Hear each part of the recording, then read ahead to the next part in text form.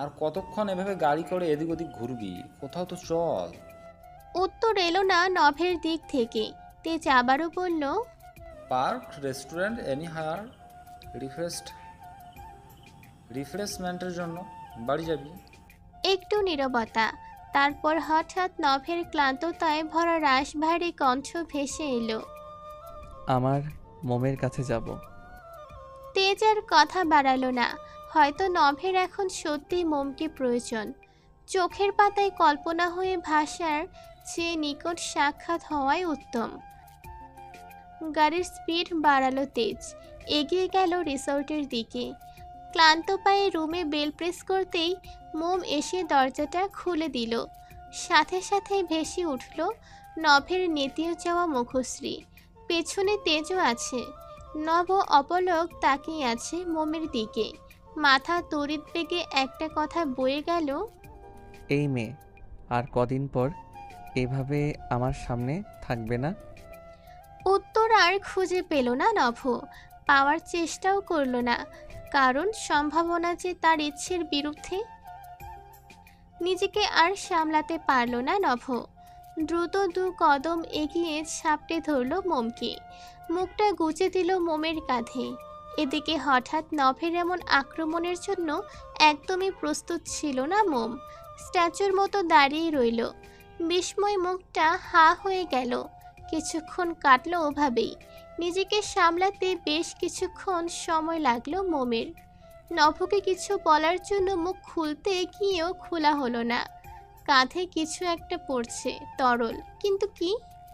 ষষ্ঠ ইন্দ্রিয় জানান দিচ্ছে নভ কাঁদছে। ভাবতে এক অজানা কারণে বুকটা মোচড় দিয়ে উঠল মোমের। লোকটা কাঁদছে, কিন্তু কেন? ভ্রু উঁচিয়ে তেজকে ইশারায় জিজ্ঞাসা করলো কি হয়েছে।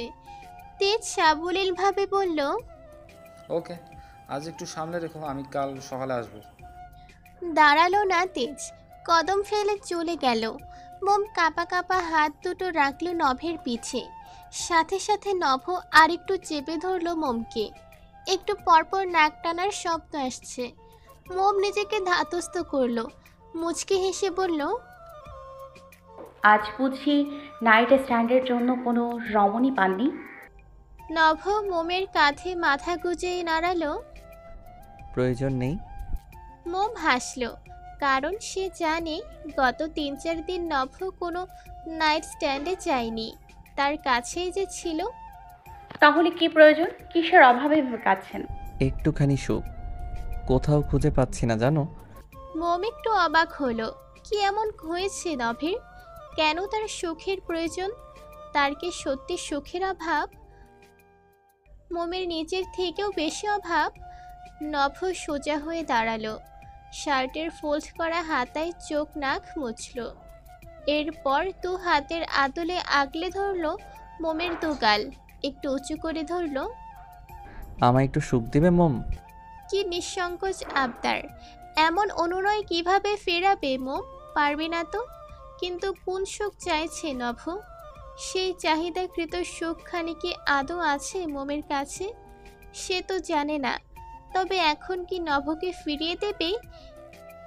ভেবে উঠতে পারল না মোম। নভের বিরল টকটকে লাল চোখ জুড়ে দেখে আর না করার সাধ্য হলো না। নীরব রইল মোম। কি হলো বলো? দেবে সুখ? দেবে না তাই না? তুমি দেবে না জানতাম আমি। তুমি আমায় ফিরিয়ে দেবে জানতাম আমি। হাইপার হয়ে যাচ্ছে নভ। মোম কি করবে বুঝতে পারছে না। নভ মোমকে ছেড়ে দ্রুত পায়ে খাটে গিয়ে বসল। দু পায়ের ওপর হাতে ভর করে রেখে মাথা নিচু করে চুল খামচে ধরল। মোম ঠায় দাঁড়িয়ে রইল আগের জায়গায়। কিছু তো করতেই হবে। নভের এই ভিন্ন রকম কান্নারত রূপ তার একটুও ভালো লাগছে না। নভকে আগের রূপেই মানায়। ওই যে ছোপরস্তম। মোম তাকালো দেয়াল ঘড়িটির দিকে। সন্ধে 7টা বেজে 9 মিনিট। ছোট্ট একটা নিঃশ্বাস ফেলে দরজা লক করে এগিয়ে গেল নভের সামনে। কি হয়েছে? ইচ্ছে হলে শেয়ার করতে পারেন, তবে জোর করব না।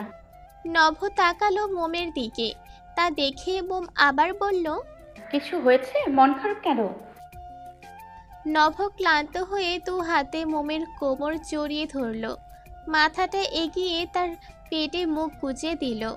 সাথে সাথে কেঁপে উঠল মোম। নিঃশ্বাসটা তড়িৎ বেগে ধাওয়া করলো। এক হাতে খামচে ধরল নভের চুল। নভ মুখ চুলকালো মোমের পেটে। আমার ভালো লাগছে না মোমরানি, কি করলে একটু বেটার ফিল করব বলো তো? মোম কি বলবে বুঝতে পারছে না। নভ আবার বলল, এই এখন একটু শান্তি লাগছে। তুমি আজ আমার সামনে থাকবে? বলো থাকবে, বলো। বলতে বলতেই দু হাত দিয়ে ছাকাতে লাগলো মোমকে। মোম না করতে পারছে না, ইচ্ছেই করছে না না করতে। মাথা ঝাঁকিয়ে বলল, ঠিক আছে, থাকবো। সকাল প্রায় 6টা। কারো কোমল কণ্ঠের ডাকে পিট পিট করে চোখ খুলল মোম।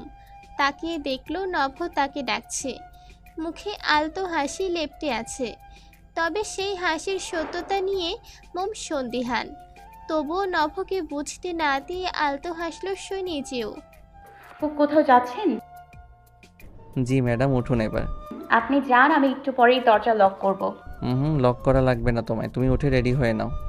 ভ্রু কুঁচকে এলো মোমের। নভ তো তাকে নিয়ে কোথাও যায় না, শুধু ওই দিন ভাইয়া এসেছিল বলেই। এদিক ওদিক তাকিয়ে মোম উৎকণ্ঠা হয়ে বলল, ভাইয়া এসছে? নভ মুচকি হাসল। তুমি উঠো। মোম উঠে বসলো। গায়ের আঁচলটাও একটু ভালোভাবে জড়িয়ে নিল। গিয়ে ফ্রেশ হয়ে রেডি হয়ে এসো, আমি ওয়েট করছি। তুমি আসলে নাস্তা করে নিব। আমায় কোথায় নিয়ে যাবেন? গেলেই দেখবে। যাও রেডি হও, আমি ওয়াশরুমে তোমার ড্রেস রেখে এসেছি, ওটা পরে নিও। মোম আর কথা বাড়ালো না, দ্রুত গিয়ে ফ্রেশ হয়ে শাওয়ার নিয়ে রেডি হয়ে বেরিয়ে এলো। এত দ্রুত এলে যে আজ? নভের প্রশ্নে মোম একটু ঘাবড়ালো। এখন কি সে নভকে বলবে যে সে অপেক্ষা করছে বলেই এত তাড়াহুড়ো? না না, নভ কি ভাববে এটা বললে? আর সেই বা নভের কথা এত ভাবছে কেন জানা নেই। মোম মনে মনে নিজেকেই বুঝ দিল, হয়তো কাল রাতে নভের এমন ইনোসেন্ট রূপ দেখে একটু মায়া কাজ করছে তার। এমনি নাস্তা করে নি। এখানে এসে বসো, বের হতে হবে আমাদের। মোম গিয়ে বসলো নভের পাশে একটু দূরত্ব রেখে। নভ দেখল, তবে কিছুই বলল না। প্লেটের ঢাকনা উঠিয়ে পাস্তার প্লেট এগিয়ে দিল মোমের দিকে। মোম খেয়াল করলো এক প্লেটই পাস্তা আছে এখানে। কাপা কাপা কণ্ঠে জিজ্ঞাসা করলো, আপনি খাবেন না? নভ পাশ থেকে ল্যাপটপটা নিয়ে খুলল। স্ক্রিনে চোখ রেখেই বলল, খাইয়ে দাও। মোমের চোখ গোল গোল হয়ে গেল। কি বলে এই লোক? গতকালের শোকে মাথা খারাপ হয়ে গেল নাকি? আমি? আর কেউ আছে? আপনি খান না? নভ শান্ত দৃষ্টিতে চোখ তুলে তাকালো মোমের দিকে। তার এমন শীতল দৃষ্টি দেখে মোম কেঁপে কেঁপে বলল, দিচ্ছি। বলেই ধীরে সুস্থে কাঁটা চামচ দিয়ে পাস্তা তুলে পাশে থাকা সসের বাটিতে লাগিয়ে নভের মুখের সামনে ধরল। সাথে সাথে নভ মুখে তুলে নিল। এইভাবে 2-3 বার দিতেই নভ বলল, আমাকে খাওয়ানোর সাথে নিজেও খেয়ে নাও মম, দ্রুত বেরোতে হবে। মোম ভ্রু কুচকালো। এবার সে শিওর লোকটা সত্যি পাগল হয়ে গেছে, না হলে এভাবে একই প্লেটে একই চামচে দুজনকে খেতে বলতো। আমি পরে খাবো, আপনি খেয়ে নিন আগে। নভ শান্ত কণ্ঠে একটা ধমক দিল। যা বলছি তাই করো তুমি। ব্যাস, আর কথা বের হলো না মোমের। নভের কথা মতোই খেতে লাগলো। নভ ল্যাপটপে ভিডিও কলে লাগালো তেজকে। রিসিভ হতেই তেজের এলোমেলো চুল আর মুখটা ভেসে উঠল স্ক্রিনে। ভেসে এলো ঘুমু ঘুমু কণ্ঠ। নফ, ঠিক আছিস তুই? এত সকালে ফোন, আমি আসবো। আই এম ফাইন, আর আসার দরকার নেই, আমি আজই রওনা দিচ্ছি। তুই যাবি? তেজের চেহারা দেখে মনে হলো একটু অবাকে হয়েছে বটে। তুই না বললি একেবারে কাল যাবি, তো আজ কেন? এমনি কাজ নেই, ভাবলাম আজই যাই। তুই সত্যি করে বলতো, ঠিক আছিস তুই? নভ এক বিষাদময় হাসি দিল। আমি অবয়ব রায়নিশ তেজ, এত সহজে হেরে যাব না।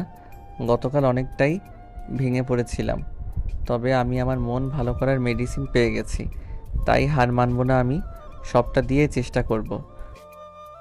ওকে বলছিস কিছু? তুই কিছু বলার দরকার নেই, ডক্টর সোহানকে বল তার ফ্যামিলিয়ারদের থেকে এই বিষয়ে ইনফরমেশন নিতে, যদি ভালো কিছু পাওয়া যায়। কি করে নফ? উনি তো সরাসরি জানিয়েছেন যে কোনো উপায় নেই। উপায় নেই মানে কি? হ্যাঁ, উপায় থাকতে হবে উপায়, না হলে সব তছনছ করে দেব আমি। নভ হাইপার হয়ে উঠেছে। তার এমন চিৎকারে মোম একটু সরে গেল ভয়ে। নভের দিকে ভয়াতুর দৃষ্টিতে তাকিয়ে রইল। নভ তার দিকে তাকাতেই এমন দৃশ্য দেখে শান্ত হয়ে গেল। তুই যাবি আজ? না, একটু কাজ আছে, কাল সময় মতো পৌঁছে যাব। ওকে, রাখছি। কেটে দিল নভ। খাওয়া শেষ করে দুজনে বের হলো রিসোর্ট থেকে। মোম একটু অবাক হলো, কারণ তাদের সাথে বড় বড় দুটো সুটকেসও তোলা হয়েছে গাড়িতে। একটু সংকোচ নিয়ে নবকে জিজ্ঞাসা করেই ফেলল সে, আমরা কি অনেক দিনের জন্য কোথাও যাচ্ছি? ড্রাইভিং করতে করতে পাশে শান্ত দৃষ্টি নিক্ষেপ করলো নভ। সাথে সাথে মোম মাথা নাড়িয়ে বলে উঠল, সরি, আর কিছু বলবো না, এই মুখে তালা দিলাম। হাতের তর্জনী আঙুল দিয়ে ঠোঁট চেপে ধরল মোম। নভ কিছুই বলল না, সামনে তাকিয়ে ড্রাইভিংয়ে মনোযোগ দিল। প্রায় 1.5 ঘন্টার পথ পেরিয়ে গাড়ি ঢুকলো একটা মাঝারো আকারের বাংলো বাড়ির গেট দিয়ে। মোম উৎসাহ নিয়ে চারিদিক দেখতে লাগলো। ক্যাটারিংয়ের লোকজন বাড়ি ডেকোরেট করতে ব্যস্ত। নভ গাড়ি থামিয়ে বেরিয়ে এলো। প্রায় সাথে সাথেই মাঝবয়সী একজন লোক এসে লম্বা করে সালাম দিল নভকে।